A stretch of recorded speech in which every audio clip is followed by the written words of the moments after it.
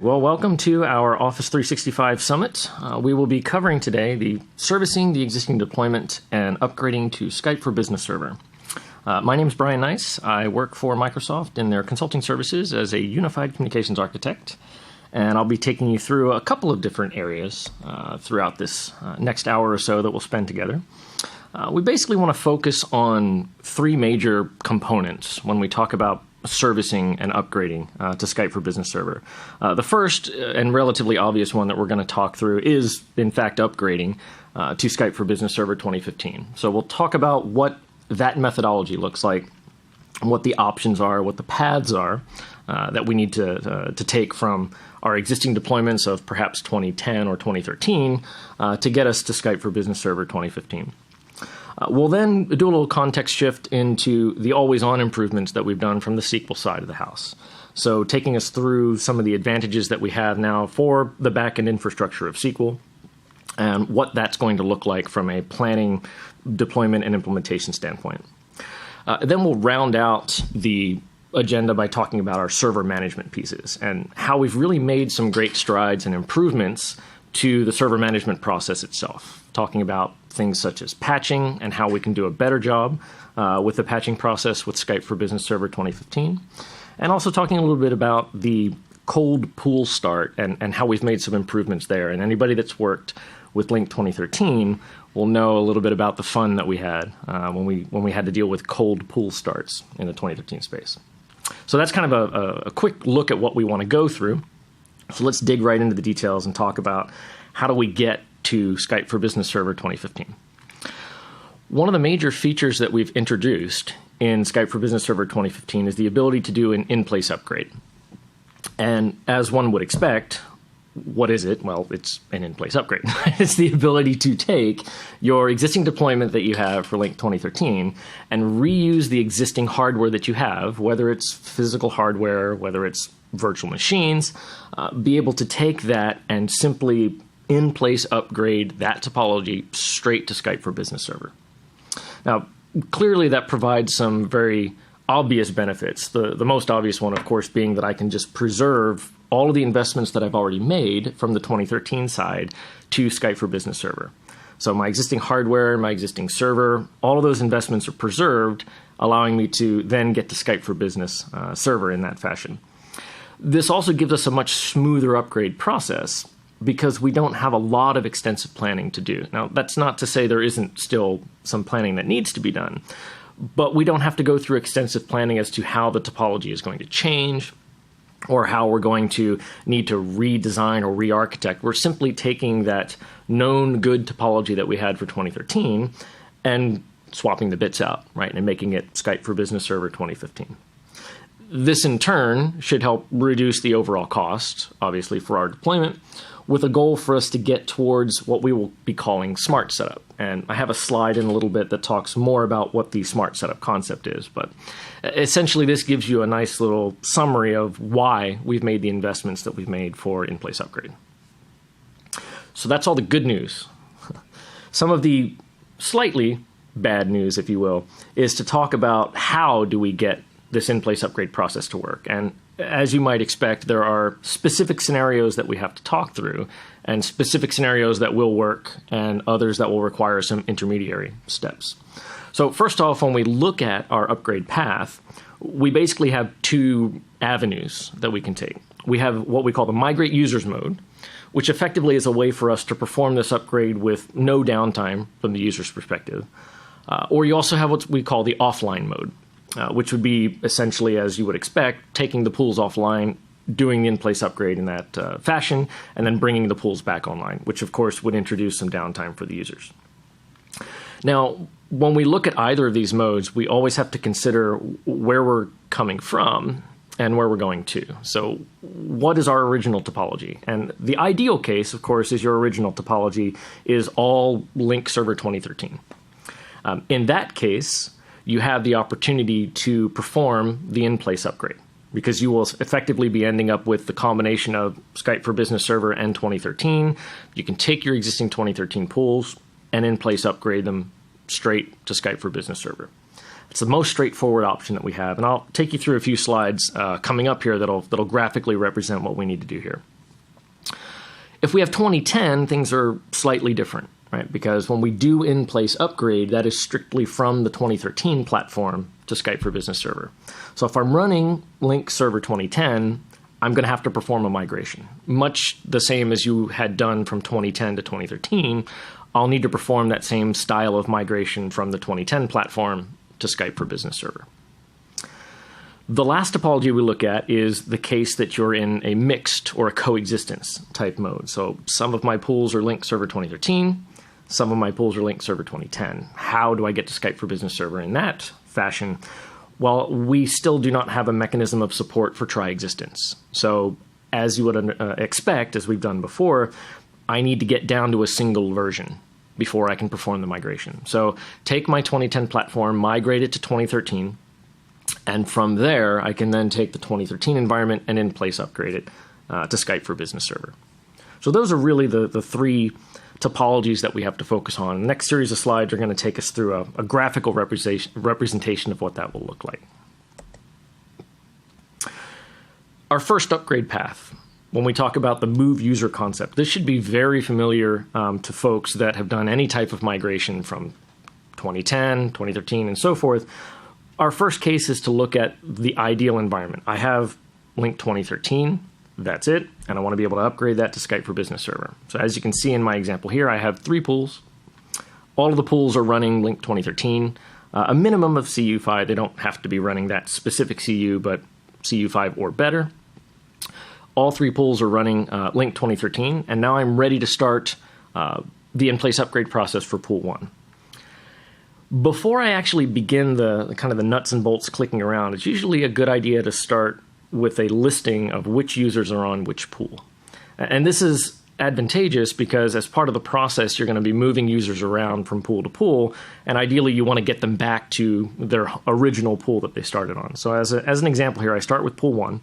I'll identify the list of users that are on pool 1, make note of that, and then I'll just do a simple move of the users from pool 1 to one of the other pools, in this case pool 2.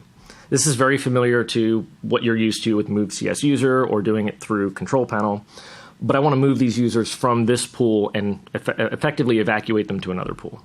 So I move these users over to pool 2, and then I perform the in-place upgrade process. I'll detail that on a few slides coming up. Once that process is complete, I now have pool 1 running Skype for Business 2015.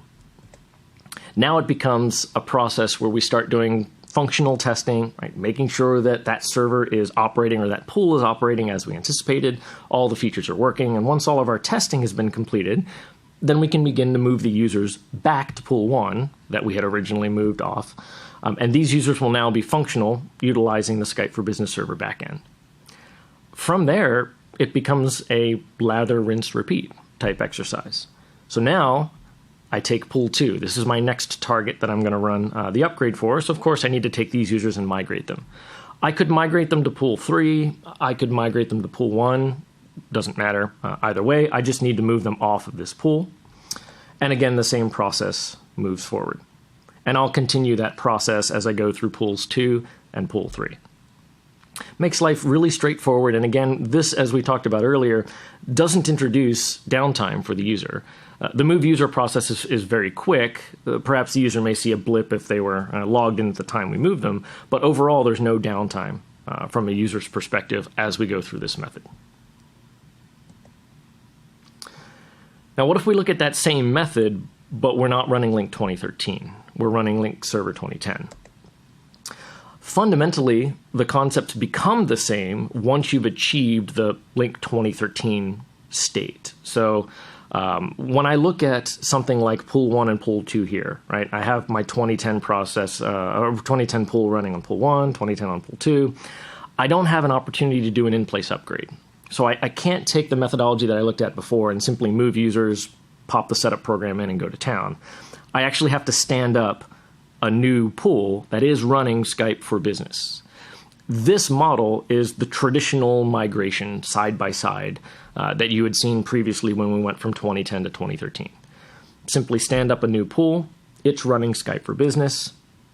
I do my testing as required on that particular pool, And then I move users from that particular pool, in this case pool 1, over to pool 3. And now I can go ahead and decommission that particular pool. Exactly as you had seen before when we did migrations from 2010 to 2013. So no real magic that we're looking at here. This is just a pretty straightforward process. Our third case, of course, is now the mixed mode. So I have 2010 pools, I have 2013 pools. Now what do? I can't introduce Skype for Business Server directly into this topology because that would cause a try-existence scenario. And we don't have support for try-existence, much like we haven't in the past. So my first order of business is to get down to a single version. And in this case, it makes sense to make that single version Link 2013. So my first pool, pool 1, go ahead and move those users from pool 1 over to pool 3 so that they're now functional on Link Server 2013. From there, it becomes a decommission process to get 2010 out of the environment, and now I'm left with a Link 2013 native platform. And then the process is exactly as we talked about 2 slides ago when we looked at case 1. Now I have Link 2013 pools. Now I can go ahead and perform the in-place upgrade process as we had seen earlier. So moving the users from, in this case, pool 3 to 2. Again, good idea to make sure you document which users are on which pool so that you can distribute them properly back to their own home pools. Perform my in-place upgrade, do my round of testing, make sure everything works the way I anticipate it, and then I can start moving the users that I had moved from 3 to 2 back from pool 2 to pool 3, and then begin the process all over again. It's pretty straightforward once we get out of the try-existence situation and get ourselves back into that single platform. All 3 of those cases we're talking about the online mode method, right? So effectively the ability for us to get users from one pool to another in the upgrade without downtime. So users don't really even notice that things are happening. There is a 4th option that you can look at, which is doing an offline mode. So quite simply being able to take my existing environment. So as you see here, I have 2 pools, again, both running, Link Server 2013. And now I've decided that I don't want to go through the process of moving users and moving them back and all of that fun stuff. I just simply want to upgrade them in place. And I'm willing to let the users know that there's going to be some downtime. No problem. I'll go ahead and send out maintenance notifications. In this case, I'm going to start with pool 1. Again, good idea to do one pool at a time, even when you're doing the offline mode. So start with pool 1 in this case. I'll send maintenance notice to users. Say, perhaps it's this weekend. We're going to have a maintenance window from Friday night to maybe early Sunday morning where you will have an interruption of service for your Link environment. Once we've sent the maintenance notice to the users, then we can just go ahead and proceed with the in-place upgrade process. Now, of course, during this process, the services are stopped, and because we haven't moved the users, they're going to experience some downtime, but that's the situation that we've decided to work through in this particular case. So simply take that existing pool, go ahead and upgrade it to Skype for Business Server, of course, do your round of functional testing, make sure life is good, and then you're ready to send an email back to the user population, letting them know that services are back up and running, and then you can complete this process again, lather, rinse, repeat, as we talked before, with pool 2 and continue on. So again, advantage of this process here is we don't have to worry about the whole moving users from one pool to the next. But the downside, of course, being that our users end up having a period where they are offline while we're performing this in-place upgrade to Skype for Business Server.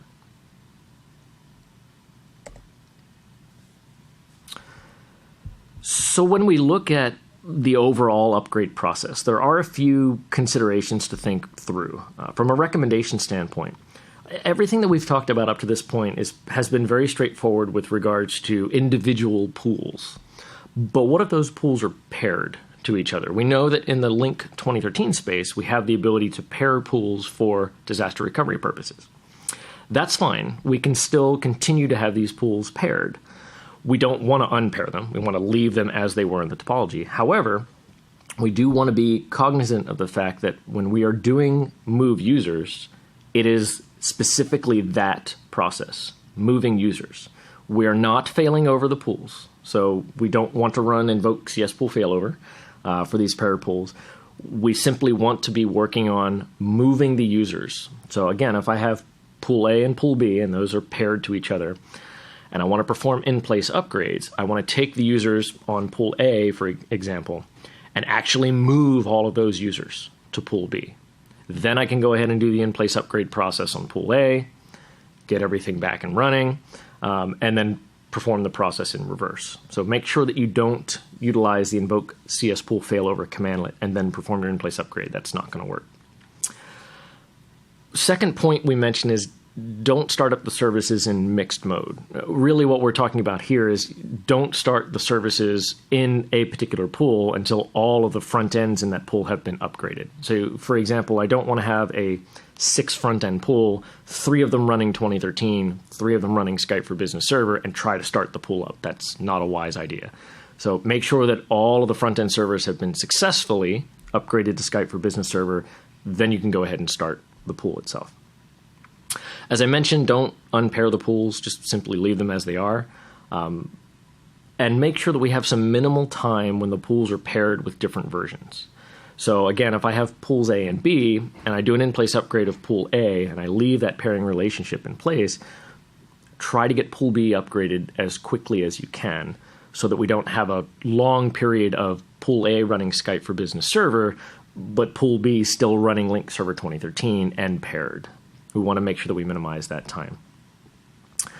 When we look at an order, we want to talk about the inside-outside approach, right? So we start inside, we work on the front-end pools themselves, then we start branching our way out from the front-end pools to mediation pools, to directors, to edge, and so forth. So as we're going to see on the next slide, there's a number of different components that we have inside of Link itself that will qualify for the ability to do in-place upgrade. We did focus a lot on the front ends, but there's more than just front ends that can be in-place upgraded. And if you look here, you'll see in this table, we summarize all the various roles that we have in Link Server 2013 and which of these roles are capable of being upgraded in place to Skype for Business Server. And as you can see in the chart, we have a lot of bullets here that talk about how to do the process. I'll cover that a little bit later as we go through the slide deck. But this is a good reference to see that essentially all of the core components, the front ends, directors, mediation, edge, and so forth, are all capable of doing their in-place upgrade. Devices such as SBAs do not, and that's because they're controlled by the distributor, the manufacturer. They will take care of providing whatever mechanism they need to provide to get to the Skype for Business Server version of their SBA. The SQL Server Store we're going to cover later. We have a much more detailed discussion about that. And the final 4 components that you see really don't have a dependency on version, right? So our file stores, our Office web app servers, and so forth, so they don't really need to be focused on when we talk about an in-place upgrade to Skype for Business Server 2015. Now, when we talk about SQL support, there's a lot going on with regards to SQL when we start talking about Skype for Business Server. There is the concept of in-place upgrade when it comes to SQL. So when we do the in-place upgrade process for our front ends, we will seamlessly upgrade the SQL Express instances from SQL 2012 Express to SQL Express 2014. That in turn will automatically upgrade all the local copies of the database as existing on the front-end servers themselves. Now, again, we're looking specifically here at the front ends. There is also the ability to handle upgrades of SQL on the back end, but I'm going to hold that discussion until we get into the always-on pieces a little bit later in this presentation. So a chart here that's essentially just showing us a breakdown of the versions that we support and the feature sets that we support from a SQL perspective. And again, I'll cover this a little bit later in the deck in detail, but as a quick summary, you can see here that we do have support for mirroring still with Skype for Business Server 2015. We still have support for clustering, as we had seen before with Link Server 2013 as well, but we've now added the capability of doing always-on availability groups with Skype for Business Server.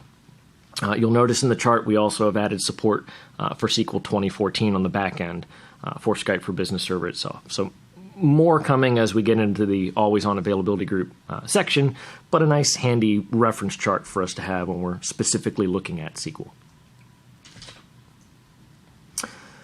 So when we look at in-place upgrade itself, right? We essentially went through at a high level what the process looks like. This section is meant to drive down into the detail of what's happening when we say, well, we've in-place upgraded to Skype for Business Server 2015. Well, what does that really mean? Well, it's essentially a series of 5 steps that we go through. Our first step, of course, is to get the prerequisites going. As always, we need to make sure that we've met all of the prerequisites that we need for the base operating system and patches and so forth, and then we can proceed with the remaining steps of upgrading, running setup, and so forth. So let's dig into step 1, which is our prerequisites. If we're doing an upgrade from Link Server 2013, we need at least CU5 plus our latest hotfixes deployed in our Link 2013 topology. We also need to ensure that we have our latest RTM version of PowerShell or later. If we're using SQL Server 2012, we need Service Pack 1. And then depending on the base operating system that you're using, we have a specific set of patches that you need to ensure are provided. And you can see the KBs that are listed here.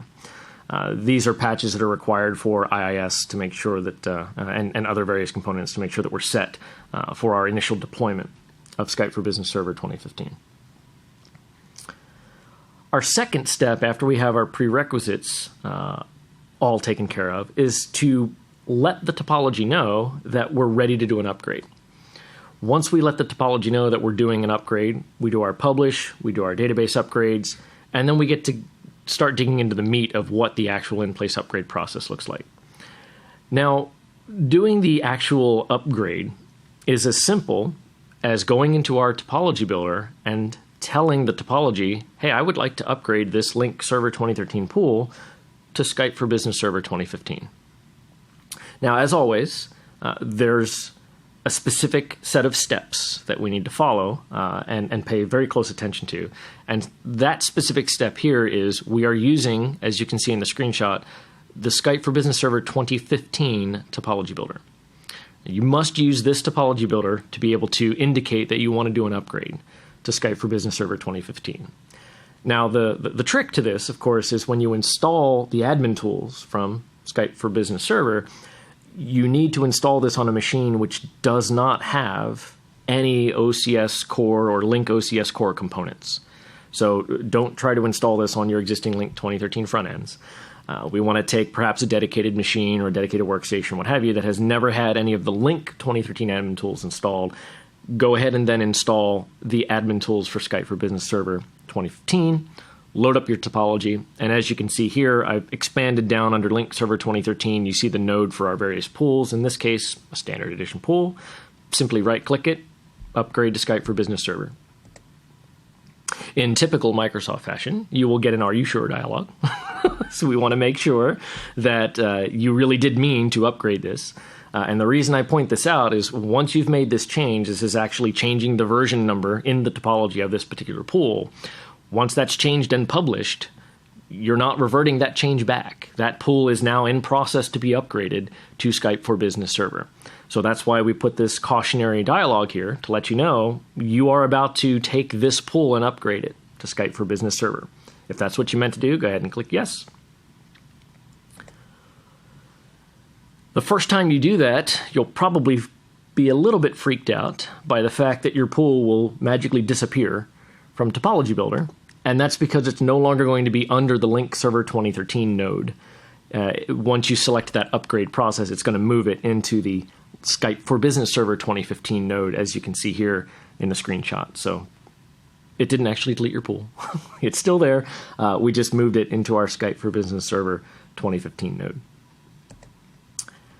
And now we publish. It's that straightforward from the topology's perspective, right? We go ahead and publish the topology. We look for all of our green check marks, right? Life is good. And now from the topology perspective, we're now aware that our existing Link Server 2013 pool is intended to be upgraded to Skype for Business Server 2015. Now, this change in and of itself doesn't actually do anything to the front ends, right? So they're still running, they're still humming along using Link Server 2013. Through normal CMS replication, they'll pull in this new topology, but nothing's going to happen until you, as the administrator, decide that something is going to happen, and that's going to be one of our later steps where we actually invoke the setup program. By default, we're going to go ahead and upgrade your databases for you as part of the publishing process. But as you had experienced before with Link 2013, if you need to go ahead and rerun that process, you can always do that from Topology Builder and have it go ahead and automatically upgrade your databases as necessary.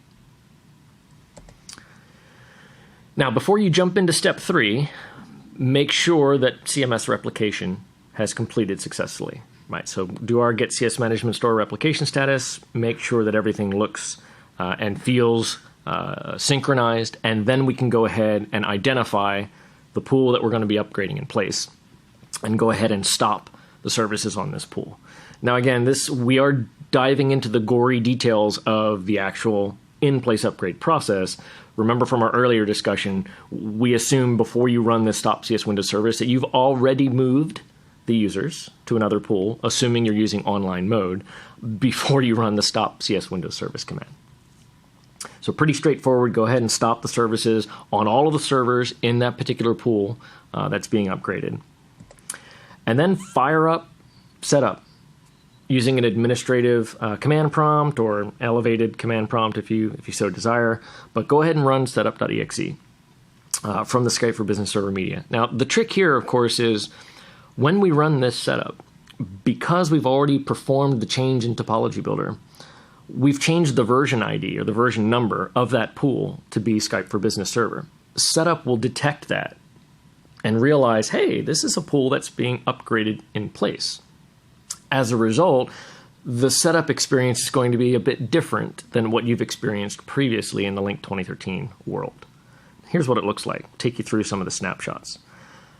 So I go ahead and run my typical Skype for Business Server setup. I'm going to be asked, do I want to look for updates? That's part of our smart setup process, which I'll detail in a couple of slides here. Our typical licensing agreement. Of course, everybody reads those in record time. If there are any updates available, we'll go ahead and pull them down and provide them as necessary. As you can see, there's no updates yet. Still working through it, right? And now look at the interface that I'm presented with. Not the typical interface that you're used to seeing when you initially launched, say, a Link Server 2013 process, where we would have the deployment wizard come up and you'd click through all the different steps. Now, setup has detected, based on the active topology, that this is a front end in a pool that has been designated for in-place upgrade. So we simply begin the in-place upgrade process, and there's my series of steps ready to roll, and each of these steps are going to proceed. What we've seen through engagements with our TAP customers and so forth is on average somewhere around 25 to 45 minutes per front end, depending on the size of the pool, to get this process moving forward. But you can see as I step through, all the various steps are being taken care of automatically by this process. So I'm taking care of taking any roles off that I need to take off, detaching databases, upgrading SQL from 2012 Express to 2014 Express, getting the admin tools reinstalled, getting the databases reattached and upgraded, getting my replica enabled, getting the various bits and binaries installed for all the various roles and so forth, and then doing my verification process, and boom, I'm done. My in-place upgrade process is complete for this particular front end. Now, of course, you're going to continue this process on your remaining front ends. And we'll give you a little dialogue at the end here that lets you know we have successfully completed the upgrade on this particular server. Now, if you have more servers in the pool, go ahead and do this process again on the remaining servers in the pool. Don't start anything yet, right? We mentioned earlier, we don't want to start in a mixed mode. So again, if I have 3 front ends in my pool and this is front end number 1, I don't want to start any services on this front end yet because I haven't upgraded front ends 2 and 3. Go ahead and continue this process on front end 2, front end 3. Once you've successfully completed this process on all of your front ends in this particular pool, then you can go ahead and start the pool itself. Now, we've made it a little bit easier for you in the Skype for Business Server world to start the pool. You still have the option, as we show in this screenshot here, to do the Start CS Windows Service commandlet, but we've also added a new commandlet called Start CS Pool. So now when we utilize the Start CS Pool commandlet, we can simply go to one of the front ends, simply say, type in Start CS Pool, give it the pool name, and we're off and running. This commandlet will go out and start all of the various services on all of the respective front ends of the pool, negating the need for you to actually go and connect to each front end and run a Start CS Windows service or start using the computer name parameter and so forth. We can simply run the one commandlet and let the commandlet, with all of the intelligence that's built into it, go ahead and get all of the bits and bytes started for that particular pool. It's a very straightforward last step for us. This is all culminating towards an idea that we have called Smart Setup. Right? And Smart Setup is basically allowing for server updates to be installed as part of the setup process, right? Like what we had seen earlier. So we launch the setup and it says, hey, do you want us to check to see if there's any updates available through Microsoft Update to help streamline that particular deployment process, right? And this should be a very familiar concept that you've seen in other Microsoft products and Microsoft solutions that we have. This is just part of that methodology, right? This doesn't replace our server update installer, which you see when we release cumulative updates, right? We still have that mechanism for applying CUs. This is not meant to replace that, right? That is still useful for, customers that maybe don't have access to the internet and pulling that down from Windows Update, where they can simply download that offline update, if you will, and patch it in the traditional manner. That's still available for us. We can do that. But we do have this mechanism that we're trying to build into our Smart Setup. We'll also get a chance a little later in this deck to talk about that whole patching process and how we've improved that methodology, but more to come on that in just a little bit. So now we want to do a quick context shift and talk about SQL Always On, a new feature that we've provided support for with Skype for Business Server 2015. Now, some of you may be familiar with what Always On is, but we'll take a quick moment to give you a little recap and an overview of what SQL Always On is. It is a high availability technology that is provided by SQL Server. It's effectively the next generation mirroring technology that we have, giving us the ability to do both high availability and disaster recovery from a SQL perspective. Now, we will be focusing on that from a high availability perspective when we talk about it in context of Skype for Business Server.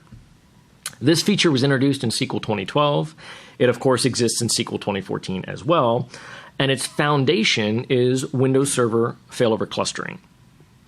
So if you're familiar with concepts like database availability groups or DAGs in the Exchange world, which leverage Windows Server failover clustering, this is very similar in concept, where we're using failover clustering as our foundation to implement this high availability feature. So why do I care about Always On? What's the big deal? Well, it has some major advantages from an HA perspective, notwithstanding the fact, of course, it is the latest and greatest shiny HA solution. It provides a much more robust set of controls and features than what we had in, say, database mirroring. Now, database mirroring is still there. It's still available. It's still supported. You can still continue to use it. But as has been mentioned a number of times, it is a deprecated feature. So at some point, it's going to be removed from a future release of SQL Server in favor of technologies like Always On. It's more reliable in the sense that from Always On's perspective, you can have a defined primary and up to 3 corresponding secondaries from an HA perspective, whereas mirroring, it was a one-to-one, right? You had one was the primary, one was the mirror, and that was it. The other advantage it provides us is the ability to fail over multiple databases as a singular unit, right? So applications that have several databases, like Skype for Business Server, right, has lots of databases. It's advantageous for us to ensure that those databases are failed over as a single unit, right? So that we don't end up with, a couple of the databases are primary on this node, but a couple of other databases are primary on that node. We don't ideally want that. Everything should be in lockstep with what particular node it's active on.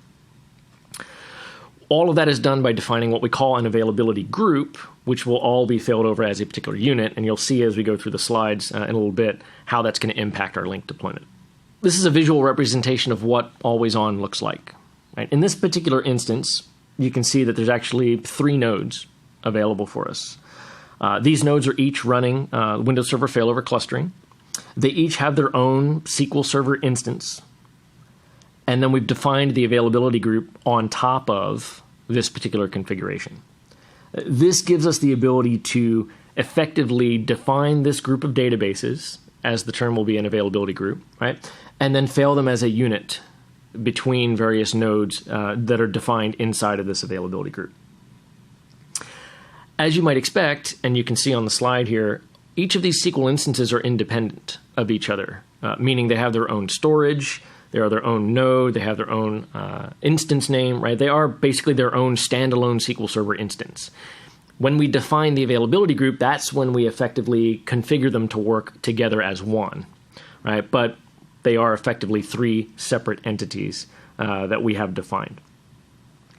From Link's perspective, we will support one primary and up to two secondary replicas in what we call synchronous commit mode, which I'll detail in a little bit. I call this out because if you recall from our previous slide, we have more nodes that we can support in an availability group from SQL's perspective. But when we look at it specifically in the context of Skype for Business Server, we're going to support a maximum of one primary and two secondaries. Now, contrast this always on availability group that you see with this, the failover cluster instance. The difference here, as you can see, is we still have three nodes, but notice at the bottom, we actually have shared storage. We have in the middle a shared failover cluster instance, right? This is your traditional clustering model, and it has its advantages, of course, but we are now tied to that single copy of data, right? That one set of shared storage that we will utilize for the failover cluster instance. We can still provide support for this, no problem. But it's good to contrast this with what we looked at earlier, which was the ability to have our availability group acting and coordinating across three independent instances of SQL. So now the overview's kind of out of the way. What do we have to consider when we're planning for always-on support? Well, my favorite answer as a consultant is it depends. But it really does. It depends of when you're looking at planning for always-on, is this a new install, meaning am I building a brand new pool with a brand new SQL backend, or am I doing an upgrade, as we mentioned earlier, right? Am I upgrading the existing pool to Skype for Business Server, and I want to make a change to the backend topology? Perhaps I was using mirroring before, and now I want to use always-on availability groups in Skype for Business Server. So the two scenarios, if it's new, it's pretty straightforward, right? We install our new backend with pick your flavor of SQL 2012, 2014. Notice it does have to be enterprise, right? Enterprise edition is required for always-on availability groups from a SQL perspective. Get our backends deployed, install the pool, point it to the backend, always-on availability group, and away we go. Very, very high level. I'll cover it in more detail as we go. From an upgrade scenario, again, I have a 2013 pool today, and now I want to go ahead and end game get to Skype for Business Server 2015 with SQL always-on availability groups as the backend. You can do that, but you must first upgrade the pool itself to Skype for Business Server before you do anything with the backend. So again, say for example, your backend is a standalone SQL instance, or perhaps it's a mirror, and you want to get it to always-on availability groups. You have to start with the Skype for Business Server piece first. Once you've upgraded the pool successfully to Skype for Business Server, then you can tackle the back end and get that migrated to an always-on availability group. And this is specifically because always-on availability groups are only supported with Skype for Business Server. So what do we require from a SQL standpoint? Well, as you can see, standalone can be either standard or enterprise edition SQL. If you're doing failover clustering, it depends how many nodes you want, right? Standard or enterprise is capable of doing 2 nodes, whereas enterprise edition is required for 3 or more. We're already aware from our 2013 days that mirroring can use standard or enterprise.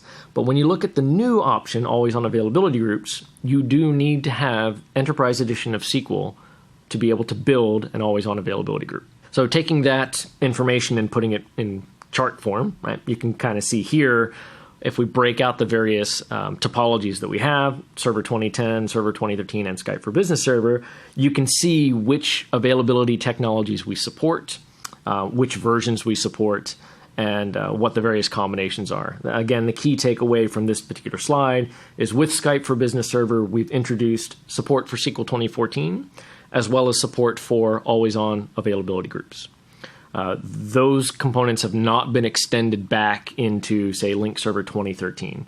So no availability group support there, and no SQL 2014 support at this time. Now, we also mentioned that availability groups from SQL's perspective have a lot of permutations on how you can configure the always-on availability group. Well, when you look at it in the context of Skype for Business Server, there are very specific requirements that we have, and you can see them listed here on the slide, but I'll give you a quick recap as you're reading through them. First off, our replicas need to be in the same subnet. Yes, always-on availability groups do support stretching themselves from a DR perspective between physical locations. We're not focused on that from Link's or Skype for Business Server's perspective. We're focused on the high availability aspect, which would be within a single site. So our replicas need to be within the same subnet. We have to use the synchronous commit mode. This includes automatic failover. We don't have support for read access for secondary replicas, right? It is possible when you build an availability group to say, I want this copy to be primary, I want this to be a secondary, and I want this to be a readable secondary. So I could run reports or queries or what have you against it. That's not a topology that we support with Skype for Business Server. We also don't support an offsite replica in Azure, right? That is an option when you go to configure the availability group. Hey, would you like to put a copy of this up in Azure? No, not from the Skype for Business Server perspective. Now, all of these requirements that we give you here, they're not actively blocked if you try to do something different, right? So if you try to build a readable secondary or you try to change the availability mode to something else, we're not going to actively block you, but it's not a supported topology. So the best recommendation is to stick with the supported configurations that we've outlined here, which will give you the greatest chance for success with your Skype for Business Server deployment. Now, we did mention that it is possible to do in-place upgrade from SQL's perspective, right? Not just from the front ends, but also from SQL's perspective. That is true for us to in-place upgrade to an always-on availability group, but first of all, we have to realize that it has to be a Skype for Business Server pool, right? Because, again, if you remember, Link Server 2013 doesn't have support for SQL 2014, nor does it have support for availability groups. So first and foremost, get yourself to Skype for Business Server on the front ends. Then you can start investigating how you want to get from whatever your existing deployment is today, SQL 2012, mirror, standalone, cluster, what have you, into an always-on availability group in 2014. Clearly, we'd like you to do a full database backup before you do any in-place upgrade. Always need to make sure that we have that particular fallback plan. And then once you've completed the upgrade, you can actually go and change the version of the database, either through the management interface itself in the GUI, or you can utilize the alter database command and change your compatibility level to 120. And that will update the database versioning to SQL Server 2014. So let's talk about some of the prereqs and dependencies to be able to make SQL Always On work with Skype for Business Server. First off, as we mentioned, you need to have Windows Server failover clustering as your foundation. This, of course, requires Server 2008 R2 SP1 or higher to be able to run our failover cluster from Skype for Business Server's perspective. We then need to get this feature installed, whatever number of nodes we want, whether it's 1, 2, 3. When you define this cluster, you'll be given the option to define what the quorum should look like. We recommend that you do a file share witness option for this particular quorum for the cluster itself. And then standard clustering recommendations apply, right? The nodes can't be domain controllers. They have to be in the same AD domain. They have to be on the same subnet, right? So that's our failover clustering requirements, and that's our foundation for building the always-on availability group. As again, we mentioned from SQL's perspective, looking at the server and the database itself, we need to ensure that we have Enterprise Edition or better. Depending on what you've chosen, whether it's an availability group or what we call an FCI or a failover cluster instance, right? You're going to have the opportunity to break down what the install looks like, right? So if it's an availability group, we basically start with standalone SQL installations. and then you configure always on after the fact. If it's a failover cluster instance, you actually have to follow the specific prescriptive guidance for defining a SQL Server failover cluster install, starting with your first node and then adding nodes right into the deployment. Availability groups are much more straightforward because, as mentioned earlier, they are independent SQL installs. So if we take the example of having 3 particular nodes in my always-on availability group, I'm simply going to install 3 SQL instances on 3 independent systems. Once those are defined, then I can go ahead and enable always on. It's a simple checkbox for us to go ahead and check to enable the always on availability service and get that up and running and restarted. In order for always on to work, our databases have to be in full recovery model. If you recall, when we install databases from Skype for Business Server or for Link, they're typically put in the simple recovery model. So you will want to change those from simple to full.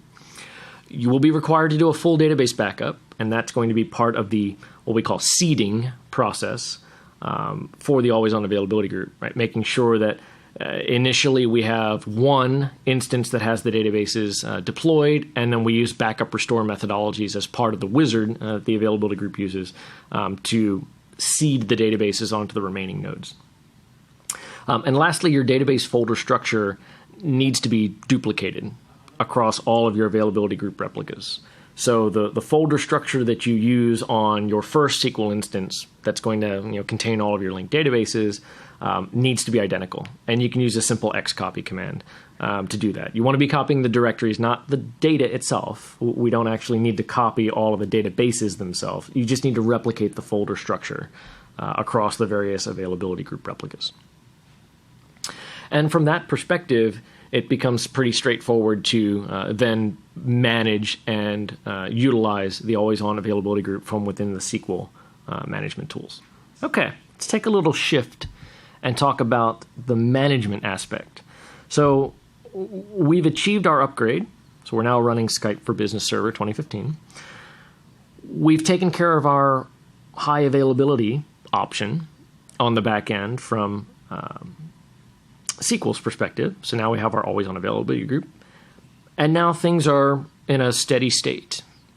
And now we're ready to start looking at the patching process and understanding what's changed, what's better in our Skype for Business Server patching methodology.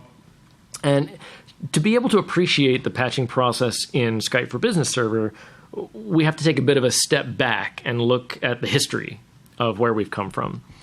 So a lot of you should be familiar with this little flow chart. No, I don't expect you to read it.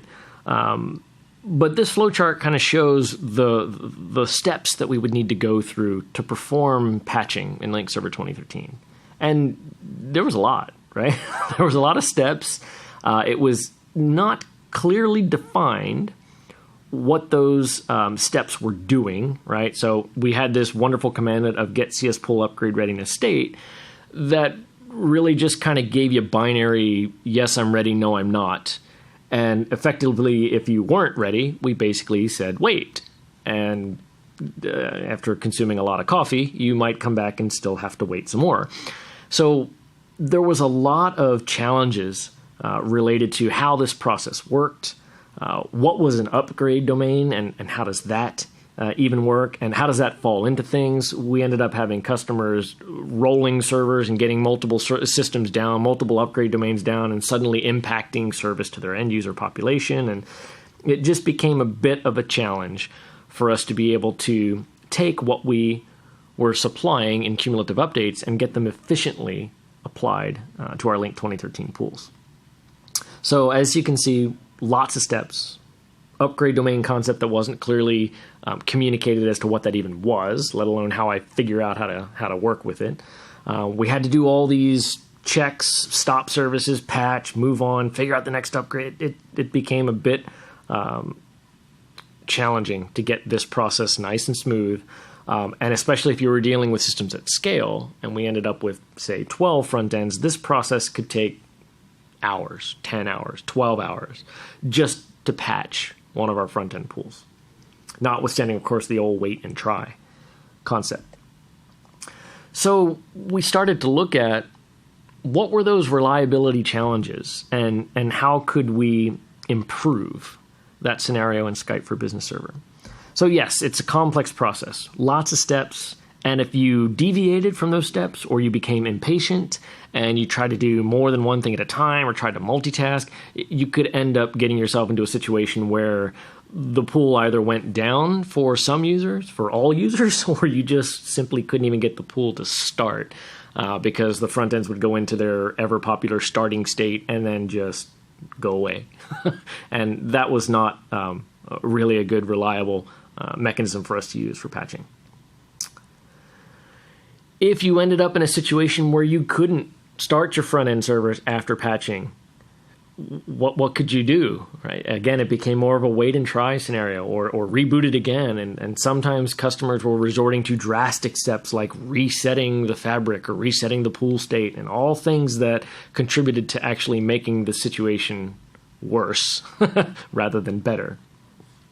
You may end up in situations where users were signed in with limited functionality, and you're going, wait a second, I have 8 front ends in this pool. I only took 2 of them down. Why am I experiencing limited functionality for these users? Why do they get performance issues related to sign-in? I don't understand why this is doing what it's doing. And a lot of that was based on how the fundamental technologies of Windows Fabric and so forth worked in Link Server 2013. This, of course, led to things being much harder to troubleshoot, much more difficult to solve, especially when you got in larger pools, right? Because now suddenly you're dealing on a scale of 10 to 12 hours, and if something's not starting properly, doing a drastic, I'll just reboot the pool, doesn't really fit the bill. If you didn't have this solid understanding of upgrade domains or other areas related to Windows Fabric, a lot of it just kind of went straight over your head. I just don't know. It's a black box. It's not working, and I just want my services to work. I just want it to be fixed, right? Besides all of those, bullets, why did it become a problem? Well, quite frankly, we gave you a command, and that command didn't really give you a lot of feedback. It just simply let you know whether we were ready to roll or not. Sometimes it told you it was ready to roll, and it really wasn't, because there was some information that wasn't coming back properly to the commandlet, and we didn't give you safeguards to prevent you from getting yourself into a situation where you've introduced downtime. The load balancing itself continued to be the decision point. Are the routing groups, active and hydrated properly? And have we taken down more than one upgrade domain, which would impede the ability for us to have this load balanced properly? That became this decision point for how we execute upgrades. And most people didn't even understand what the fabric was underneath. It was just this black box of press the I believe button and it works. It didn't work out so well for us when we were trying to do these patching methodologies. There was an idle secondary bug, or as we call them, undocumented feature, right? That was available in our previous versions of Windows Fabric, which we patched recently. And again, incorrect use of some commandlets would make things worse. Right? The reset CSPool registrar state would commonly be a solution that would be offered up when you couldn't get services to start. And that's essentially taking a sledgehammer to the pool, and oftentimes would result in extended periods of downtime because it would introduce even more problems than what we were dealing with earlier. Okay, so enough of the doom and gloom, right? But it's good to understand a little bit about where we came from, because then we can further appreciate what we've improved in the Skype for Business Server world. So let's look at how we patch. You can see on the left the old, and you can see on the right the new. Much more streamlined process, right? We don't have this big decision tree of what about this, and where do I go for that, and what does this step look like? And it's simply, I've decided I want to patch. I have a commandlet that I run, which we'll talk about in detail coming up here. I perform the upgrade. I fail it back. I go to town with the next process and the next process. And I do this for each front end, and off we go. It's a much more streamlined option that we have as we go through the patching process. As you can see on the next slide here, all of this is made possible by the fact that we've actually changed the version of Windows Fabric that we're using under the hood. Right? Previously with Link Server 2013, we used V1. With Skype for Business Server, we're utilizing Windows Fabric V2 APIs, which is a much richer set of APIs that are available to us, allowing us to expose a lot of additional functionality that we just simply didn't have access to in the previous Fabric V1 world. All right, so as we mentioned in the previous slide, there's essentially 4 steps that we look through. Let's talk about them in a little bit greater detail. First off, we have a new commandlet, a new series of commandlets that we introduced. First one being invoke CS computer failover. And this is a new commandlet that's designed to effectively fail over and drain a front-end server so that it is prepared to be patched, right? Take it out of the rotation, any replicas that it's a primary for, move those replicas off, make sure that secondary replicas are reseeded elsewhere, and effectively get that computer into a state where it is ready to be patched, and working with that individual system is not going to cause any type of disruption or outage to your end user population on that pool. Then I can go ahead and perform my patching, perform my upgrade with my Link Server Update installer as we had done previously. And once I've got that system back and ready, the patches have been successfully applied, then I simply run another commandlet that we've introduced called invoke CS computer fail back, which is essentially the ability for us to bring the services back, bring him into an active state, and get replicas moved back onto this, whether they be primary or secondary, but get replicas seeded back onto this front end and put him back in service. Then it becomes, as we mentioned earlier, more of a lather, rinse, repeat exercise. Now I follow these same steps on the next front end in the pool, and so on and so forth. So at a very high level, much more streamlined process. As we dig a bit deeper, we discover that when we look at commandlets like invoke CS computer failover, it's not just draining the services and getting it ready. It's providing us with a number of checks and balances on the back end. So number one, do I have availability of a sufficient number of servers in the pool? Right? If I decide that I'm going to run this command and it's going to take a server out of service, is that going to negatively impact the performance of the pool? Am I going to drop below a minimum number of servers that I need to maintain service? That sanity check is built into this commandlet. I'm going to ensure that I have stability of my replicas before I take this server offline. Right? So again, getting us in that steady state. So I don't end up in a situation where I'm taking the server out of service and one of the routing groups that he was servicing, his primary replica didn't evacuate properly or didn't get reseeded properly to another system. We're going to make sure that all of our replicas exist properly and are stable before we take the server down. We will then deactivate the node by making calls into the V2 APIs in Windows Fabric. Right, so not just doing a stop CS Windows service and, hey, the Skype for Business Server services are stopped, fire away. No, actually calling into these APIs and letting the Fabric tell us, yes, it's good. I now see that this system has been deactivated from the ring, and now I'm ready to go and get this system patched properly. Right, so call these V2 APIs via the Fabric, deactivate it from the ring, stop the Skype for Business Server services once we've achieved success or a successful notification from the Fabric APIs, and now we're ready to rock and roll and get our patches installed. Now, that's all the really, really good news, right? There's, of course, a little bit of bad news that comes along with invoke CS computer failover. And the little bit of bad news is that we need a minimum of 3 front-end servers in the pool to be able to run this commandlet.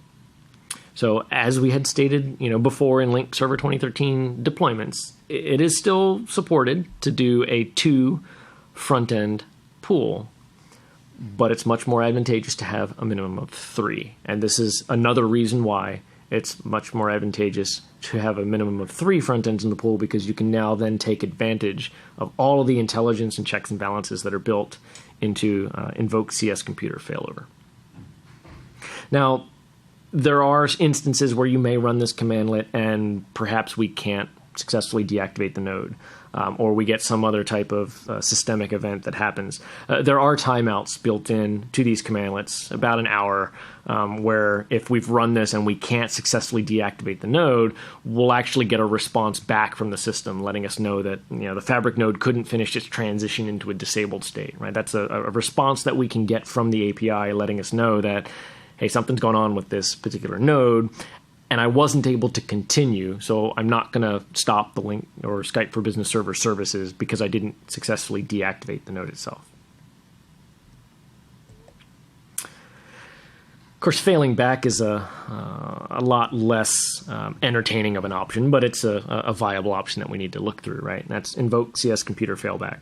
Clearly, we're going to start the services up and make sure that they start successfully, and then we're going to activate this node back into the ring.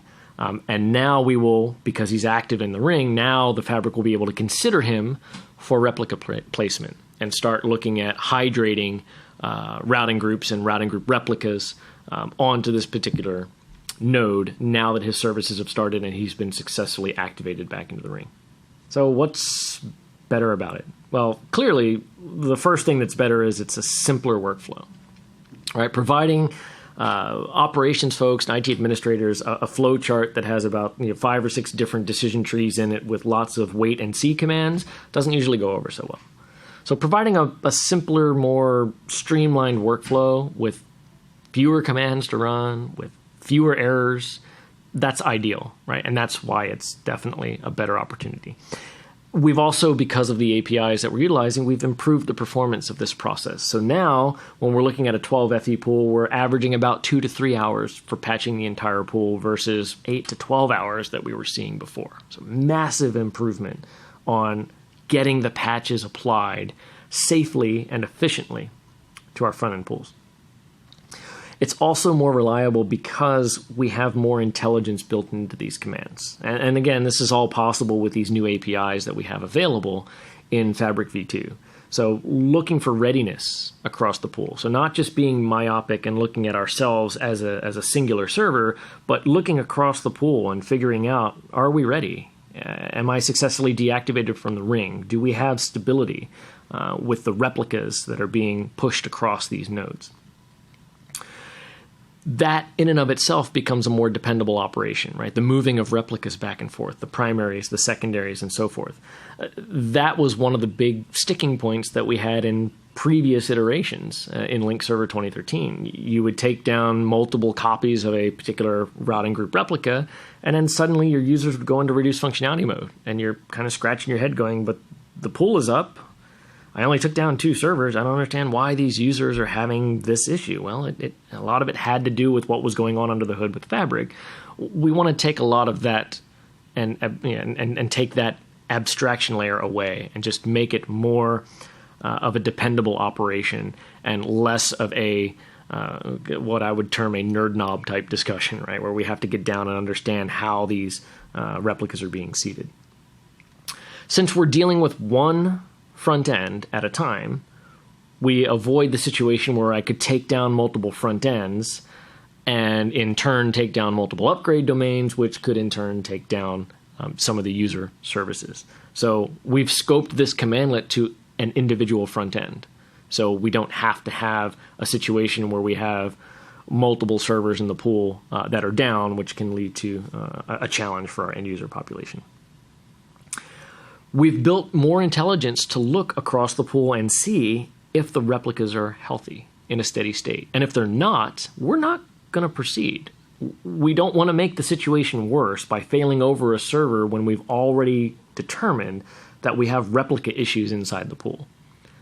So we'll provide feedback in the sense that we've identified that there are replica issues in the pool. Let's go address those. Let's fix that before we decide to fail over a server and possibly introduce a much more detrimental situation. We will also enforce that minimum number of servers. It's implicit, right? It's built into the commandlet to go and check and see do I have the bare minimum number of servers online to be able to perform this operation? So again, taking away the need for the administrator to have to remember how many servers do I need up in a pool, and are we talking about pool quorum? Are we talking about routing group quorum? There's too many moving parts to get that piece consistently deployed. So we're going to enforce a lot of those checks and balances in these commandlets. And then, of course, we're going to give you some progress indicators. That's kind of an obvious but nice addition, is for us to be able to actually know what's going on and not just simply running a commandlet and hoping that this commandlet's going to finish properly, but giving you progress indicators as to what's happening and what's going on. And here you can see a couple of examples of a snapshot in time of what it looks like running the invoke CS computer failover commandlet or the invoke CS computer failback commandlets, right? So being able to see, hey, I'm waiting for the Fabric node status update, right? I'm waiting for that feedback from the V2 API to tell me that I've been successfully deactivated from the ring. Then I can go and start turning services off, preventing new sessions, stopping services, and then I can go ahead and do my patching and so forth. And then as you see in CS Computer Failback, getting the services back up and running, making sure that they're in all the various services that need to start and so forth. So ensuring that we've got a healthy, steady environment before we go and introduce the system back into service. Those are all cool components that we talked through. But of course, in order to be able to leverage this, we have some prerequisites. You have to be running Skype for Business Server, which in turn will be installing Fabric version 2.0. In this case, we mentioned CU3+. You don't have to be terribly concerned about that particular component because we will take care of installing the correct version of Fabric when you do the installation of Skype for Business Server. As we mentioned before, the unit is a single server. Right, so we don't want to be running these invoke CS computer failover commandlets on multiple servers at the same time. In most cases, it'll block because we're still in process of taking a server down, or a server is already down, and we don't want to introduce instability into the pool. When you run invoke CS computer failover, right, we expect that the RTC service is still running. So, I mean, again, traditionally, you may be thinking in the 2013 days, I'm going to patch this, I'll do a stop CS Windows service graceful, and then I'll start, well, with Skype for Business Server, a little different, right? In Skype for Business Server, we want to use these invoke commandlets. It will take care of stopping the services when it needs to stop them.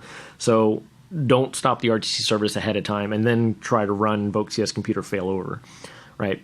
Because as we talked about earlier, part of the chain of process that we go through is to deactivate ourselves from the Fabric ring first and then stop services. And there's a specific reason why we follow that particular process. So you should follow that as well. The invoke CS computer failback is going to start the RTC service for you. And that's because when you've completed the patching and all of that fun stuff, typically at that point, the service is either in a stopped and or disabled state, right? When you do the failover command, if you go and look in services, you'll actually see that we not only stop, but also disable the services. That way, if you have some type of unexpected reboot or what have you, the services don't auto-start when you didn't expect them to. So running invoke CS computer failback will reverse that situation, right? You should not be doing any type of stopping of services outside of this commandlet, right? So as we mentioned, you don't need to follow the stop CS Windows service graceful. You don't need to do any of that anymore in the Skype for Business Server world. All of it should be managed through these two specific commandlets. One of the last items in server management is to kind of review the pool cold start piece, which we briefly talked about at the beginning of this session, but now we'll take a little bit of a deeper look at this commandlet and what it's capable of doing.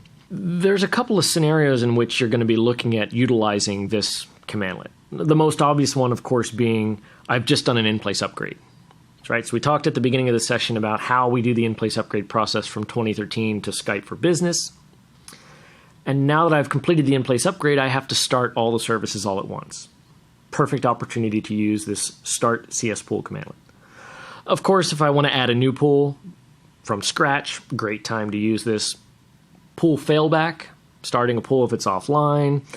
any other miscellaneous cases where you decide to take down the pool for maintenance and you didn't pay attention to anything I just said in the previous slide, then you might need to go ahead and use Start CS Pool. But generally speaking, the first two are the most common ones that you're going to see.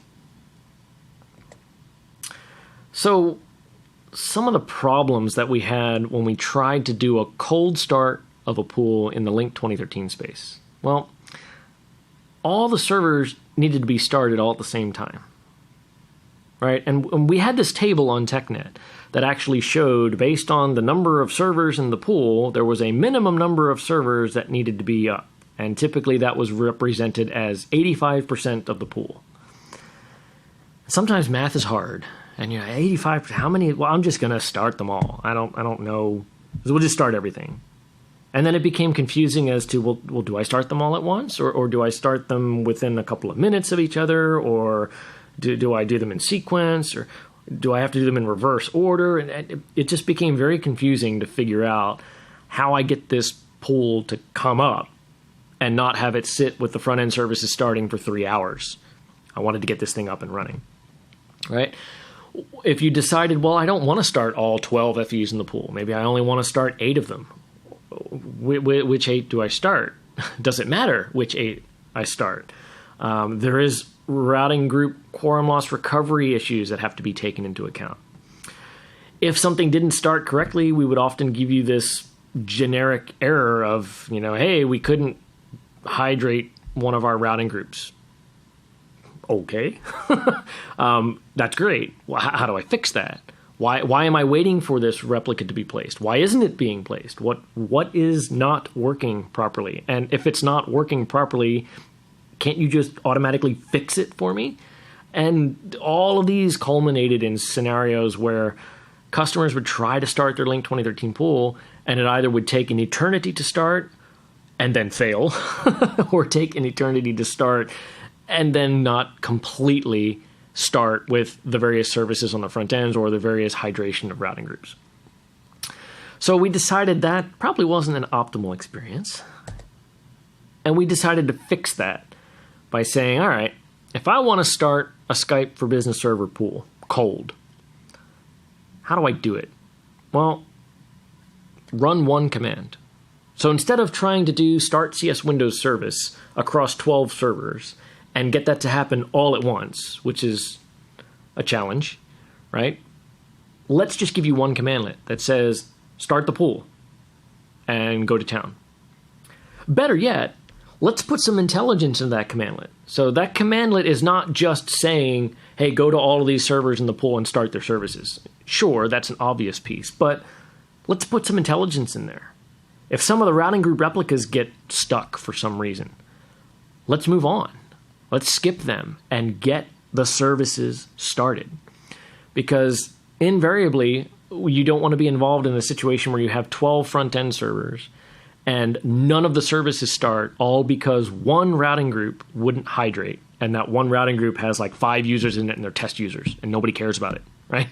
We've got the entire pool down now because of that. Well, let's be a little bit more intelligent about that. Let's let the pool start even if we have some issues with routing group replica placement. If we do end up and have issues, it'd be kind of nice to alert you that we have issues and, imagine this, provide you with some resolution steps, right? Other than reboot the server or, run reset CS pool registrar state, not a viable option, right? Let's give some more intelligent feedback to the administrator.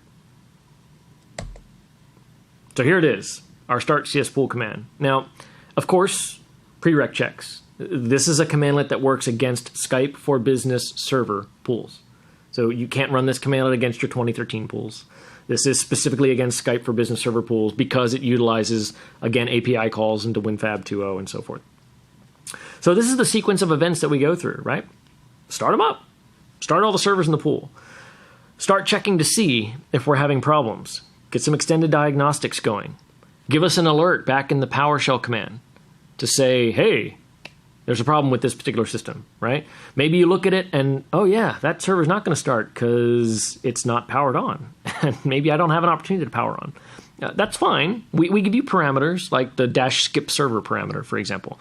So you can say start CS pool, skip server and put an exclusion list in. And we'll try to start services on all the other servers except that one. If you get a little bit too creative, right, and put too many servers in that skip server list and you don't now have enough servers to achieve quorum, we're going to fail this commandlet, because that's one of our checks that we do. You've got 12 servers in the pool. You've excluded 8 of them.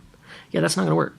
We're not going to be able to start a pool of 12 with only 4 servers. So we'll fail that requirement and give you some feedback for that.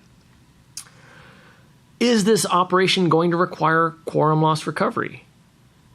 Perhaps, again, we get into a situation where we're starting up not all of the servers in the pool, and Fabric determines that, we're going to have to do quorum loss recovery. Do you want me to do that?